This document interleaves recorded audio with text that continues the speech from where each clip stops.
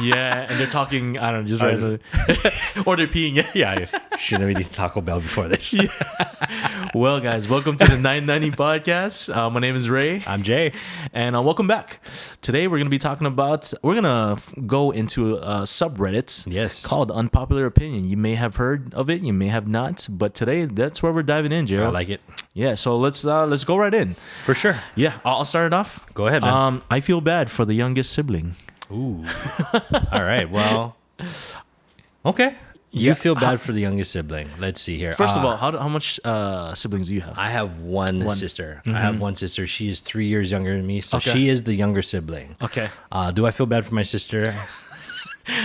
That's funny. That's kind of a loaded question.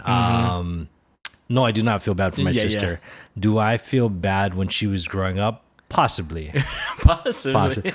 I'm curious though, I wonder, and not to turn this into anything else, but I wonder if gender plays a role in that as well. Sure, yeah. Because you're the youngest sibling. Gender and then the amount too. Exactly, right? Yeah. The age, right? So let's think about it this way. Like my sister is a younger sibling, so I've heard of instances where maybe the older sibling got it harder because maybe the parents were a little bit more strict, maybe they had a little bit more expectations of things, a little bit overprotective. So therefore, you kind of do your trial and error with your first kid and then the second kid.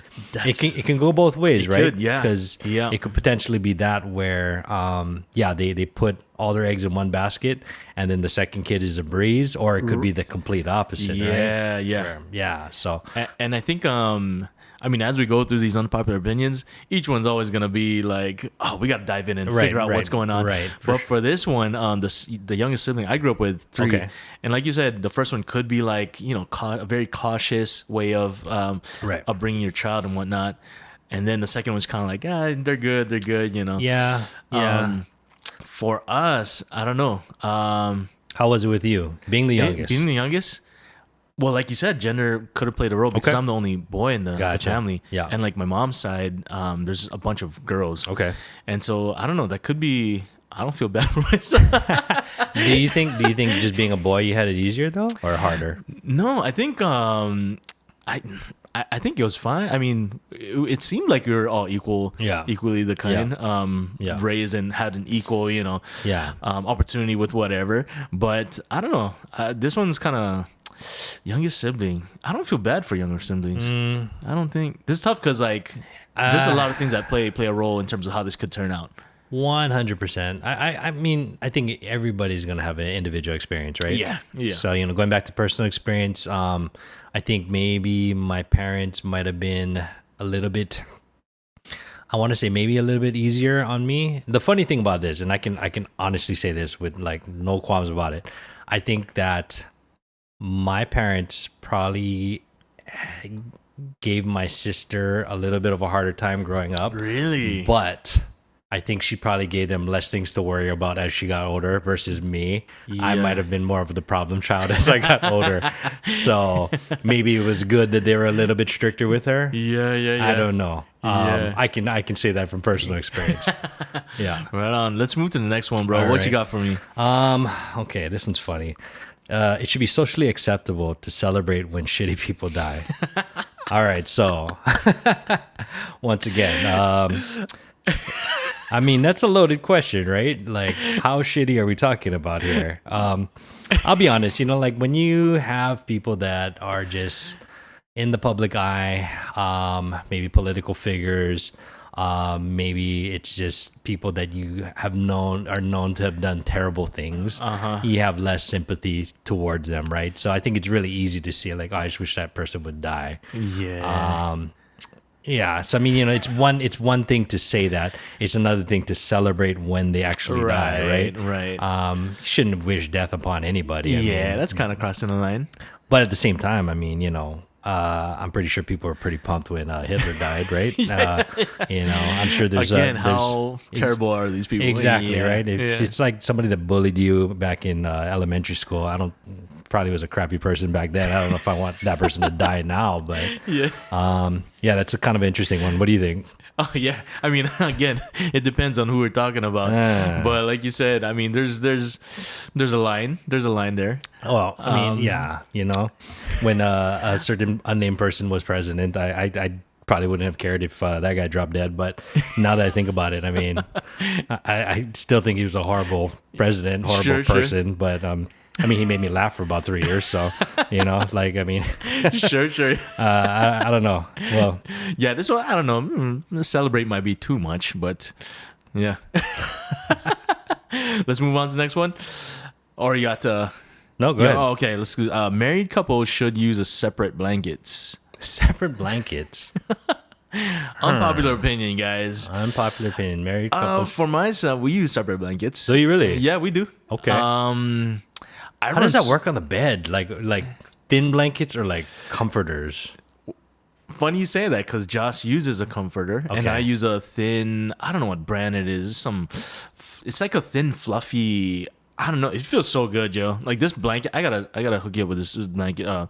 Put you on this, but it's yeah, I don't know. It's thin and it doesn't take too much space. If that makes sense. Okay. So the drape is nice and it doesn't really puff up. Yeah. But the reason why is because I run super hot, bro. Okay. Yeah, I run super hot, and Joss, me and Zozo run super hot, so the AC needs to be blasting. I see. So when I came in, she's freezing. She's freezing. Yeah. Does she go to bed before you? No, we go about the same time. Depends if she's working or if I'm. Yeah, gotcha. Mm-hmm. Interesting. Yeah. Tristan and I, we share a blanket. Okay. A little bit of backstory. Before I met Tristan, I was a heathen, and I did not own a comforter. Okay, so my idea of a blanket was my top sheet. I had a flat sheet, and she can verify the story. Like, yeah, I had a flat sheet, and that's what I used for a blanket, and I think that's the most that kept you warm. Not really, but I just heathen. Yeah, I was a heathen. She always laughs that I didn't have hand soap in my house and I didn't have a comforter. So when we got together, that was the first purchase. The first purchase. Yeah. So now we got all the plush stuff. And, I owe that to my wife. Has that changed your sleeping? I run hot as well. Actually, I think she runs hotter. So she's really particular to the quality of the comforter. It's gotta be fluffy but also light, right? Yeah. Yeah, but it's comfortable, man. And good thing about it is I'm a pretty sound sleeper. So is she. So once we get settled, it's not like a matter of hugging blankets and whatnot. But that is pretty funny. Yeah. All right, let's move on to the next one. Yeah. Okay, here. Not every show or movie needs a message or a deep meaning. I feel like there's some people that want to not capitalize, but they want to see a romantic part of things when there really isn't. But then there's other movies where it's like, I don't know. I do you go into a movie with expectations? No, because that way, I mean, well, this is the guy that doesn't go to movies. Yeah, exactly. I was like, wait a minute, I don't watch movies. No, but okay, no. So yeah, not every show needs message or deep. Do you ever just watch something and just appreciate like, oh, that was fun, that was good? Yeah, you know what I mean. Like, can you just go in and just It doesn't even have to be the best thing, but you're like, that was fun. Yeah, I think in the first 5 minutes of the movie, you can tell that there's gonna be some message, or there might just be some cinematic movie or well, there's also those films and those TV shows where you might go in knowing exactly what it's gonna be. And maybe you're just in the mood for that, right? Right. Mindless, right? Yeah. I mean, I think for the movie going experience, it's a little bit different because you're spending. I mean, geez, movies are so expensive. How much are they now? Almost $20 a ticket. What? Yeah, with popcorn. You bring 2 people with popcorn and drinks and all that good stuff. You're spending about $60. Bro, okay. Going back to the me not going to movies. The last time I went, I remember the tickets being like $7-8. What? Yeah, I don't remember. Maybe 13 from. What's the Florence Pugh one that I mentioned? Oh, yeah. I mean, were you going on like the matinee or something? Because that's really cheap, dude. I was gonna say, like, when's the last time you went to the movies? 2005? No, that's what I'm saying. Yeah, bro, it's been a minute. Could have been a matinee one, but tickets are expensive, dude. I've never heard of $20. Yeah, man. Tickets. I mean, I want to say average price is about 16. I've seen them That's unheard of. Yeah, it's pretty wild. But yeah, so if you're gonna spend that kind of money, you kind of have some expectation for the movie. Maybe that's what leads to disappointment. But right. There's also the stuff that you can just put on background. I always have my TV running. Most times I'll just have something playing in the background. I know what I'm getting if I turn on the Fast and the Furious. It's not. You know exactly what you're getting out of it, and it's fun, right? It's mindless fun. So you turn that on. But yeah, I think that not every movie needs a deep message or meaning. Yeah, personally. Yeah. Agreed. Yeah. Returning shopping carts doesn't matter that much. No, I think you're an asshole if you don't return your shop. I do. You know why? Because I used to work in a market. Hey, shouts out to market workers. Shout out to KTA on the Big Island. KTA. First job I ever had. School me on that. Yeah, man. Amazing company. They've been together. Together. They've been around forever. But yeah, they are a market on the Big Island. Okay. That was my first job, and I was a bag boy, and I collected the carts. So nice. When people would not bring their carts back, it made my job that much. Yeah. You know what was funny though? When you're a little kid, like you actually like going to get the carts because then you can just disappear. They'd be like, "Man, where'd this guy go?" And then you're making $5.25 an hour. Every minute counts. Every minute counts. That's funny. Yeah, I used to just go collect carts and then just make some calls in the payphone. There you go. That's how old school I am.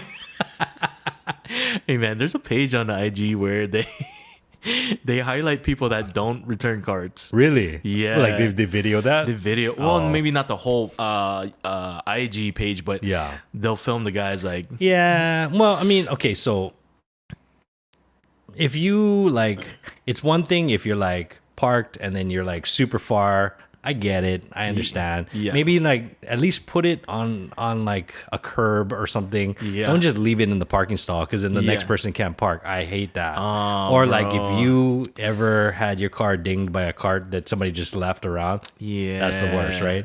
So if you're kind of near a cart return place, then come on, man, just do it. Just return the cart. Just it's not that big of a deal. It always comes back to a place of consideration. Just be considerate, guys, man. Put your carts away. I think so. Put your carts away. All right, how about this one? High schools should have mandated public speaking or presentation classes. Bro, I think there's a lot of classes that need to be that's one implemented. Of them. Yeah, I think that's one of them. Okay, and the reason why I personally believe that it's important is I think that, and maybe this is a little elitist, but I do think that you get farther in life when you can articulate your thoughts clearly. 100%. 100%. I used to always think about this where, you have people with just really, really passionate and really brilliant ideas, but if they cannot formulate their thoughts in a cohesive way, nobody listens to you. Bro, 100%. You know what I mean? No matter how good of a thought is, it's all in the presentation. Yep. Sometimes you can have the worst thoughts, and if you can present it well, people at least you'll have a captivated audience, right? Yeah. But if you cannot put a thought together, people don't want to listen to it. So it's super important. It's a good life skill. It is. It's a huge life skill. Yeah. What are other things you think they should have taught? Oh, bro. How to set up an LLC. Business. Okay. Well, they probably that's an elective, right? Yeah, I'm sure they have that now where they might go explore highlight that. Yeah. But I remember a big thing was even life skills. People hardly write checks now, but how many people don't even know how to balance their checking account or their checkbooks, right? Right. Because there's an app for that or whatever, right? But little things, I don't even know if everybody even knows how to write a check, to be honest with you. Things are changing now with how payments are Agreed. made. But okay, so I think a life skill that they definitely should teach in high school is taxes. Oh, for sure, yeah. That's a daunting thing. You can pay somebody to do your taxes, but you should at least know what they're doing. Yeah. Just turning over all your information to a stranger, at least know where your money is going, right? Yeah. Another one, we're talking literal hands-on, changing a tire. Oh, yeah. Changing a tire. Oh, my God, Ray. Changing a tire, bro. I'm geez. I cannot tell you how for me, I cannot believe that there are certain things like changing a tire is one of them that people don't know how to do. Like, it's just such an important, like, basic life skill to be able to do something like that, right? Yeah. Funny story. The first time, maybe not first time. There was a time I was changing my tire because it was, I think it was flat or something like that. Were you using the donut? Were you riding on the donut? Huh? What do you mean? You know, the spare tire? Were you just rolling that as your permanent tire? Oh, yeah, for a little bit. Because, I mean, Josh being the responsible one is just like, no, just order, like, make sure we get it changed out. Yeah. But I was changing out a tire, and I couldn't get the nuts, because my mentality was, okay, let's jack it up so when the guy comes, he's gonna check it out and see if he can patch it or whatever. I wanted to get it out for him, just so it's quicker, whatever. I just couldn't get the nuts out because of the bolts, because it kept spinning while it was on a jack. So when the guy came, he started putting the jack down. He's like, oh, you can, next time if you want to get it ready, you can just unscrew it while it's on the ground. Yeah. This is what I'm talking about, everybody. So I was like, well, that makes sense, bro. He's like, yeah, no, don't worry, bro. He was super nice about it too. That's awesome. But yeah, that was just life skills, baby. Yes. Life skills. Agreed.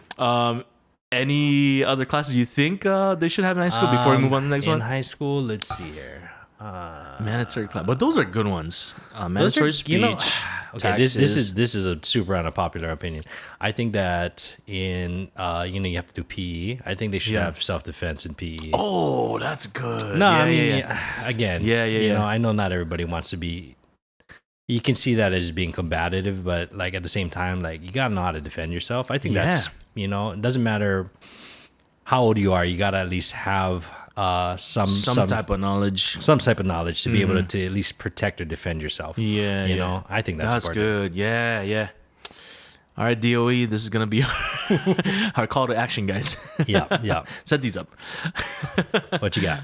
I got emotional intelligence is denormalized. Oh, emotional intelligence is denormalized. Okay, I mean, yeah, I think that in this day and age, I don't know. I personally think that we've become much more of a materialistic society. You know, I think social media, plays a big role into that. Yeah. And again, you can be whoever you want to be online, right? So I can't express enough. Again, going back to just being able to articulate thoughts, like, you know, like when you meet people in real life, a lot of times you'll be really surprised at either how articulate and intelligent somebody is, or how, man, this guy's really stupid. You know what I mean? You know, like, and it's because you can present however you want online, right? Right. But yeah, emotional intelligence, you know, I think it's an important thing that might not be as valued as it was before social media. For sure. That's what I think. What do you? I think that it's hard to put points in this skill because in my head it takes time to develop this type. You'd need to spend time with a person or a group of people to kind of learn how to get better at it. Sure. And like you said, social media plays a big part because maybe people aren't spending too much time with other people in a longer setting, or you know, like school or whatever it may be, and they're just getting responses or outcomes from a short amount from a clip or something. I mean, there's I don't want to go deep into it, but I think being in proximity of people and, I don't know, doing some type of task or whatever, those types of situations will help, but that's kind of hard because maybe you don't spend time with other people. No, I think that is a really good point. Actually, hearing you read that back now, it's emotional intelligence, correct? Okay, so maybe I can reframe my answer a little bit. So, you know, I think emotional intelligence kind of goes in hand with emotional maturity. And again, you can't put an age on that, right? So it's not something that, you know, like, oh, once you hit this age, you're going to be emotionally mature or intelligent. So with that said, I mean, you know, I think you can be a very intelligent person, but you might not be emotionally intelligent. You could just be very immature. There's people like that, you know, you could be very, very, I mean, yeah, I do feel like that isn't as valued though in this day and age, just because we're just so, we're so involved in what's happening currently, and then the news cycle moves so quickly that we're on to the next thing, that a lot of times when you think about people that are emotionally intelligent, there's a lot of thought and process that goes into it. And because we're just such a fast-paced society, a lot of times that process, by the time you can formulate a thought, we're on to the next thing. Yeah. Okay. Good Interesting. Call. Yeah. What you got for me? This one's funny. Being short shouldn't be a deal breaker. This is for the short kings. Short kings. And short queens. SKs, SQs. Well, I mean, okay, let's be honest. So this is a little bit sexist, but I don't think being a short queen is as big of a deal as being a short king, coming from a short king. Speak facts, bro. Yeah, well, I mean, nobody's like, oh, she's too short. I mean, I don't know. Maybe if you're like, super tall, maybe that somebody could be too short, but I haven't really heard that too much. Personally, but yeah, I do hear all the time like, oh, that guy's so awesome. He's just too short, or Yeah. Or like, oh, he'd be perfect if he was just 4 inches taller. And you're like, wow, so man. Jeez, okay. That's a shot. Let's just throw away everything else about his personality. Wait, read back the thing again once more. Short kings. Being short shouldn't be a deal breaker. I don't know, man. Some people value the external more than the internal, which is fine. That's fine. Yeah, it's fine. It's all about preferences. Yeah. I can respect preferences. I do understand that. People do have preferences, and it shouldn't be something where we judge people because they have preferences. But I do feel like as a society, for whatever reason, it's looked upon as being more desirable to be of a certain height. Sure. Right? Yeah. And I think, a lot of that you can kind of blame to just what's out in the public image, right? Sure. Yeah. You look at like we just talked about our pants and our inseams, right? I mean, I don't know if too many models with a 27-inch inseam, but there might be, There might be. It's really funny when you see guys with crop pants. You're like, yeah, those are my regular pants. Yeah. It's funny because I do prefer crop because it just fits better. There you go, right there. All right, let's move on to the next one. 5 stars should not be the default rating for a good product. 5 stars should not be the default rating for a good product. So it's funny because every time I rate something or I try to explain my rating for something to Josh, I always give her like a specific number out of 100. So like I'd be like, I'd say 89.9. Okay. Just because I'm trying to, it's hard for me to say my whole feelings about a rating or a product and explain everything versus just giving her my exact number of what I feel like is a rating for a product. Well, I mean, that makes sense. When you come across a 5-star rating, do you have this expectation that this is perfection? I mean, it insinuates it is, right? I mean, that's 5 out of 5, right? That's exactly. So I maybe not. so if you saw a 4.5 star, you'd still give it a chance, even if it's not a 5. I would go deeper into go ahead. the description or what the rating, or how they have reviews, right? Right. But I feel like it would be helpful if it was out of 100. Okay, like a regular grading scale. So you'd be like, oh yeah, it's like a 89. You'd be like, oh, that's a B plus. That's not bad. That because now it opens up my thinking. Okay, maybe there's other things. There's these small nuances. Sure. It could kind of entertain what I think might be wrong or might be. That's so funny that I wonder where that 5-star scale came from. Right. I mean, obviously everybody knows the 100 percentile because we all went to school, right? Yeah. And you associate 100 as best, and anything below 50 is failing, right? Right. We look at Rotten Tomato scores for movies and TV shows. I don't know why we don't do that for products as well. Yeah. I'm not sure. That's interesting now that I think about it. 5 is such a weird. It is. For me personally, product wise, I'm more about the reviews, I guess, and you kind of look at the average. If I'm on like Amazon or something, and I look at the reviews, and then the majority are positive, and then you're gonna have a couple that are like, actually, I really didn't like this because of this. You're like, that's kind of a given for anything, right? Like to see something where it's just 100% like 5 stars across the board. That just made me think that a bot got there and dropped some info. But I don't know. Product was really good, and you look at the name Amy. Yeah, Just some weird. Exactly. Yeah, so I'm not sure. But yeah, no, I unless it's like a 1 star, if it's on the lower tier, maybe. But I think if you're in the like 4s and whatnot, I think it's worth giving it a shot. Yeah, for sure. Right on. What's the next one, bro? Let's see here. This one's funny. Just be yourself is actually terrible advice. Oh man, that's a loaded question right there, or that's a loaded statement. Just be yourself is actually terrible advice. From a surface level, I think ideally we all want to be genuine. I think that's important. Yeah. But I do think that there is merit to saying that there are times when maybe you are not able to be 100% yourself. And the reason why I say that is I think from a professional environment, you're going to have some outliers that are going to just maybe look for a person that is 100% genuine and authentic. Yeah. But most times you're looking for a specific type when you're hiring for a job. Okay, so in a professional capacity, right? Yeah. And unfortunately, like let me use myself as an example, right? Okay. If I were to just be myself, I can't go in there just dropping F-bombs and you know what I mean? Just drinking beer in the break room or I don't know. I mean, that sounds funny to say it like that, but I'm not myself 100% at work. Yeah. Sure. You can't be. It's impossible. You have your work self and you have your authentic self, if that makes sense.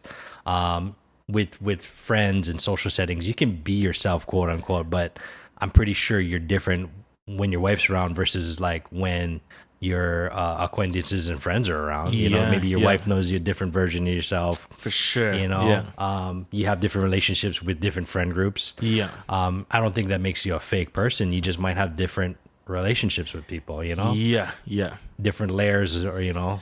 Yeah. No, that's true. I don't want to say different versions either, because like you said, like I think I think I present myself in ways that man, how do you phrase this in a job setting? Like I know things that I say might be inappropriate, so I don't you can't just be yourself like when you're in a job setting, right? It's funny because like when you're explaining that, I was saying, oh yeah, I think the truest version of myself is only seen by Joss. Yeah, no, I think that's totally yes. Yes. Like no, bro, no one knows I dance a lot in the house. Hey man, now I know that. Thank you. But yeah, no, it's true, right? Yeah. I also think you might have opinions on things, you might have thoughts on things where like, hey, this is something I feel comfortable sharing with some people and maybe not others. Either fear of judgment or maybe that's just not the relationship that we have. For sure, yeah. So I mean, to be yourself and just be off the chain all the time. Yeah. Maybe in an idealistic society, but that's just not reality. Yeah. Right? Yeah. That's funny. Now it seems like it's getting into a deeper. Yeah. No, for sure. I think, like you said, it is kind of scary if you present yourself as and there's some people who are like unapologetic about who they are. Yes. Which is cool, but at the same time, it might not work for just livelihood in a sense. I mean, of course, that's a broad statement, but no, agreed. Yeah. I think that going back to we were talking about presentation, right? So like I think of personal experience. Okay, so when I was going to school in Oregon, I remember, and this is again, just talking about just the way that we perceive things, right? I remember a lot of times people would be really talking about very, very politically active issues, and the way that they presented things, the message wasn't heard all the time. A lot of times, like they just be on corners screaming about certain things, whether it, be about the environment, about politics, about religion. And, there's some merit and value to the things that they were saying. but the way they presented, I'm sure they were being authentic. I'm sure they were being themselves, and that's fine. But I don't think their message was coming across very clearly. Because again, you got to just think about what your audience is, right? And that's just not reality for our society. Yeah, super good. I think if I was younger, I'll be like, no, you have to be your authentic. I mean, yeah. I think that's how I would be. Hey, man. I just know I'm seeing younger Ray like disagreeing with it. Yeah. But if I were to go and tell him that, or give him a heads up and be like, no, don't worry, just try to follow what I'm trying to say. There you go. Next one, people should keep walking on escalators. Oh, that's funny. Yes, I do agree with that. I don't know. I mean, okay, this one's funny. You ever go to the airport and then they got the flat escalator? Well, that's two different things, right? Two different things, right? You're right. The moving walkway, right? Yeah. Some people just cruise on that thing. That's fine. I don't know.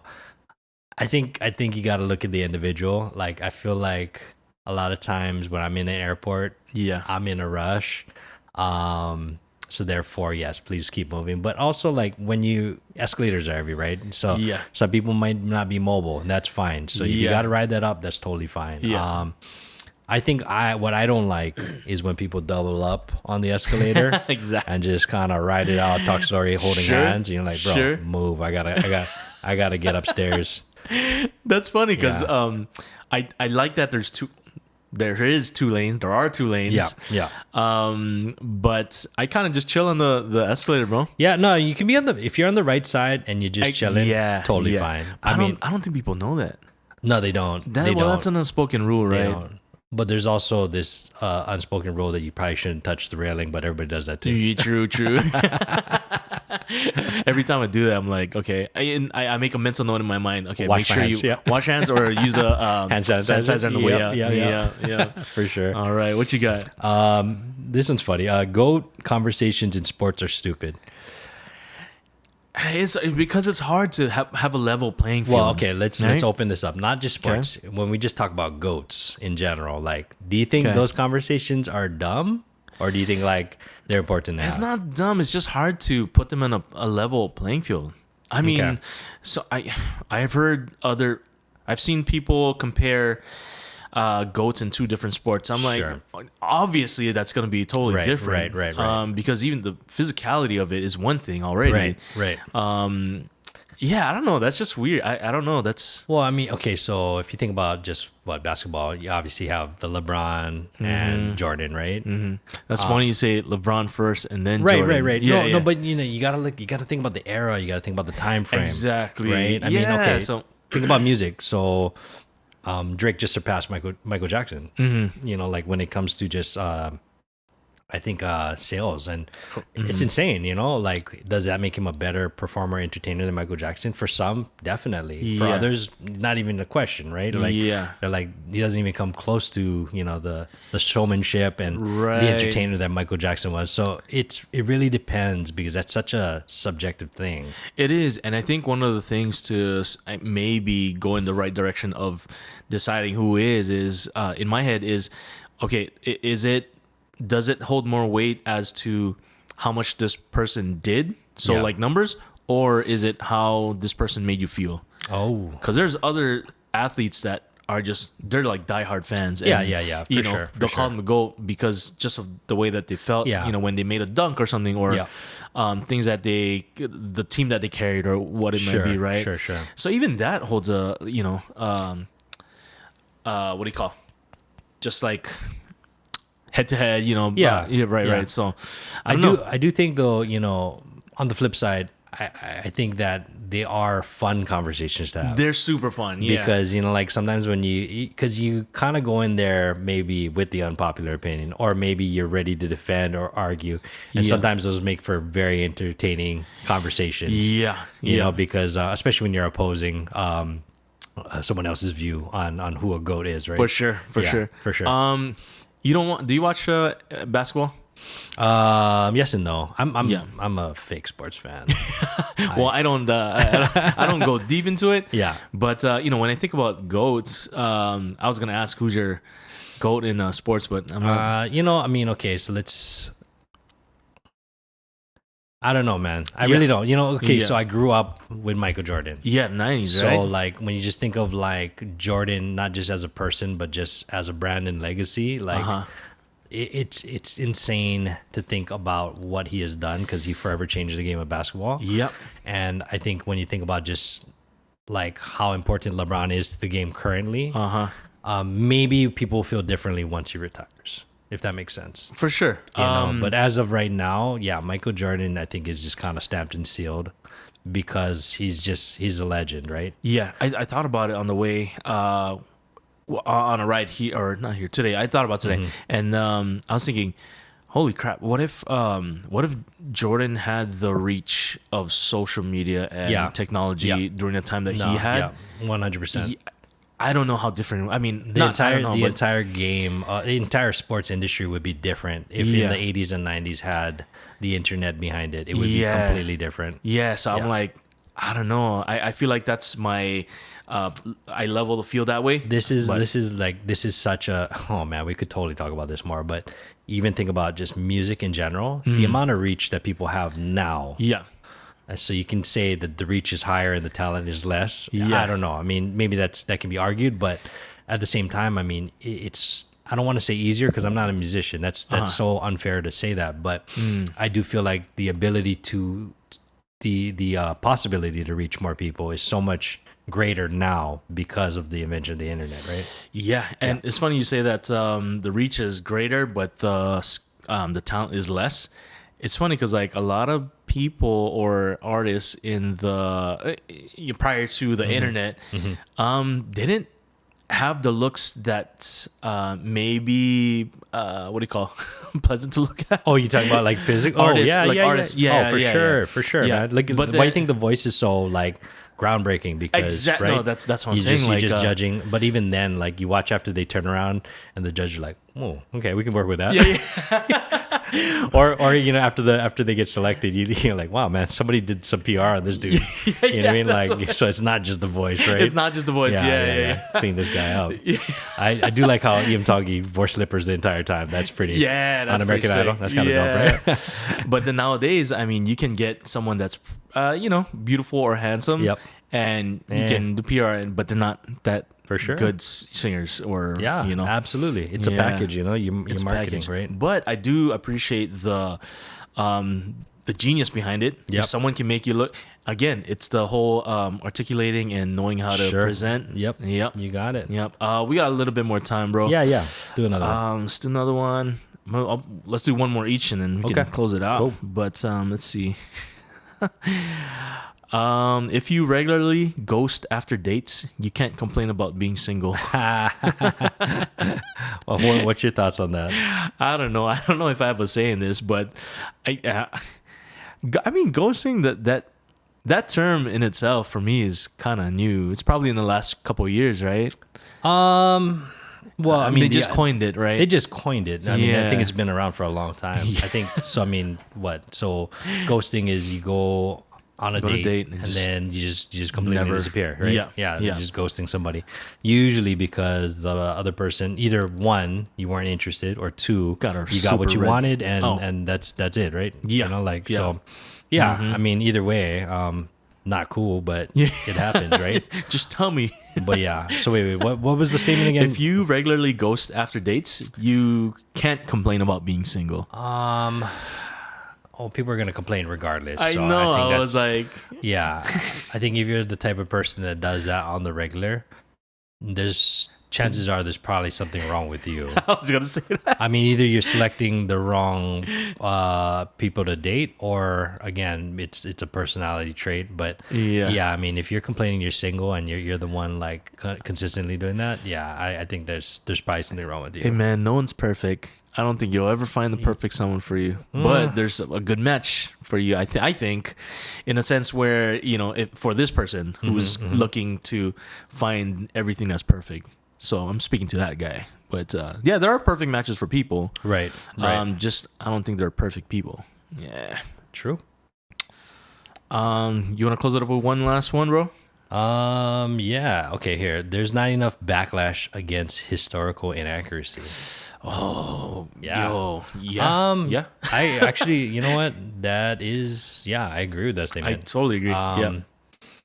They say history is written by the victors, right? And sometimes the victors are not the best people. Let's be honest. And Yeah. and that could be said of any country, any civilization. And there's a lot of inaccuracies. I mean, you just look at like history books, Yeah. and how one-sided they are. You look at like how we vilify certain people, cultures, beliefs, and it's because it's told from the point of view of one side and not necessarily the other. And I think that it'd be very difficult to find a way to have discourse where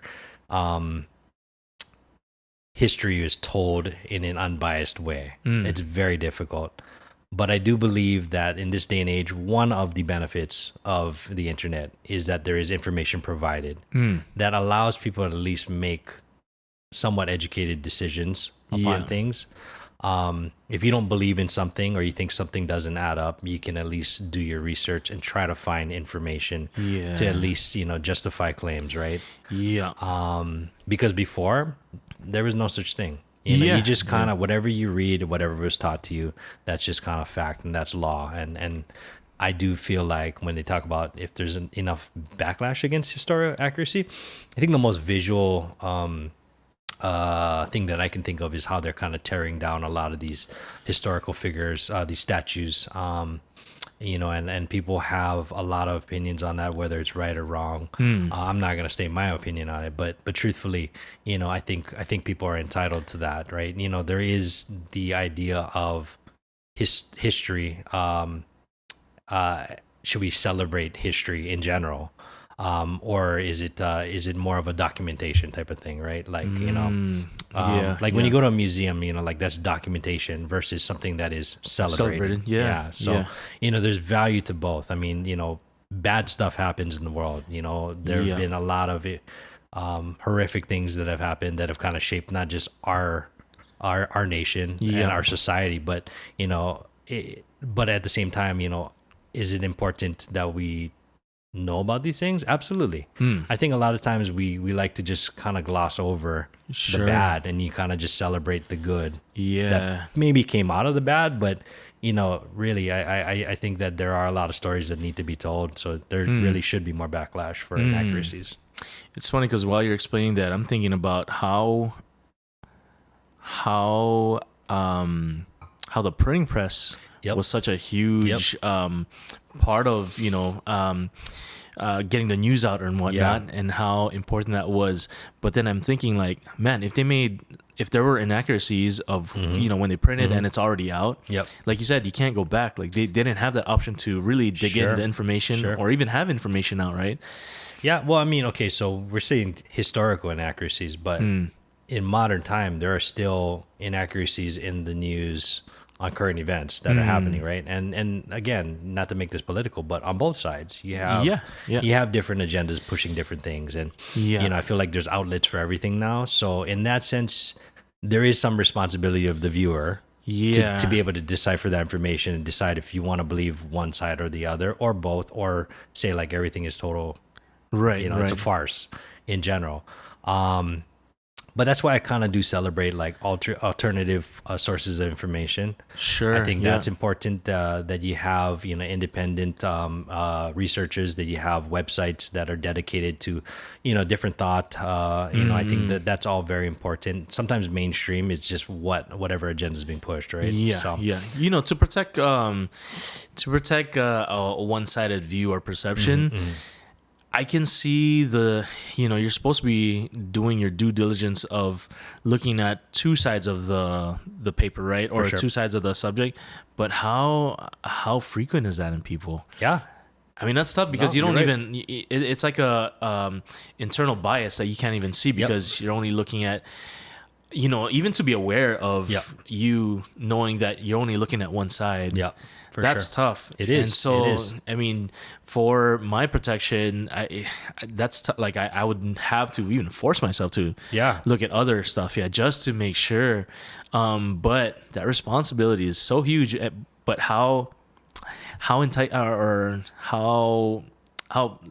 what do you say? Like, that doesn't look good or it's not pretty to look at, or it's not pretty to, to do that. So it's kind of tough. It's kind of tough. It is. Yeah. That got a little bit serious. Can you find a fun one to close us out here? Let's find a fun one. Sorry about that, guys. No, yeah, sorry. All right, here we go. Last one, guys. McDonald's fish sandwich is a culinary masterpiece. Well, I like how they call it the McDonald's fish sandwich, the Filet-O-Fish. The Filet-O-Fish. Right? That's what I know it I'm as. like, wait, what are you talking about? Yes, the Filet-O-Fish. Is a culinary masterpiece. Let me read the description. Please. I know it's seen as cool to bash McDonald's food, but honestly, the fish sandwich is chef's kiss. It's so warm and squishy that you can eat it easily one-handed. The fish, cheese, and tartar sauce blend together so sublimely. It's delightfully uncomplicated. I love that. Do you like the Filet-O-Fish? I did. Not now that it's freaking $5-6. Yeah, man. For a small, bro. Dude, come on. Okay, so I'm with you on that. Like, I won't go out and buy it because it's so crazy, but I like it. I enjoy it. I do enjoy it. But I don't know. Maybe this is unpopular opinion. I just like tartar sauce. You put that on anything, and I'm like down. You know what I mean? Seriously, like I just like mayonnaise and relish. That's hilarious. Yeah. So I don't know. Yeah, I mean, maybe that's all it is. Yeah. The bun's pretty good. They use a different bun for it. They do. Yeah. It is softer than the regular like burger buns, and it doesn't have seeds on it. It doesn't have sesame on it. Yeah. I know what you're talking about. Yeah. I don't know. I wouldn't call it a culinary masterpiece. Yeah, that's a little bit of a stretch there. Yeah, right? It's a stretch. It's super good. I like it. Yeah. All right. Okay. Yeah. I mean, if you can afford it, yeah. If you can afford it, yeah.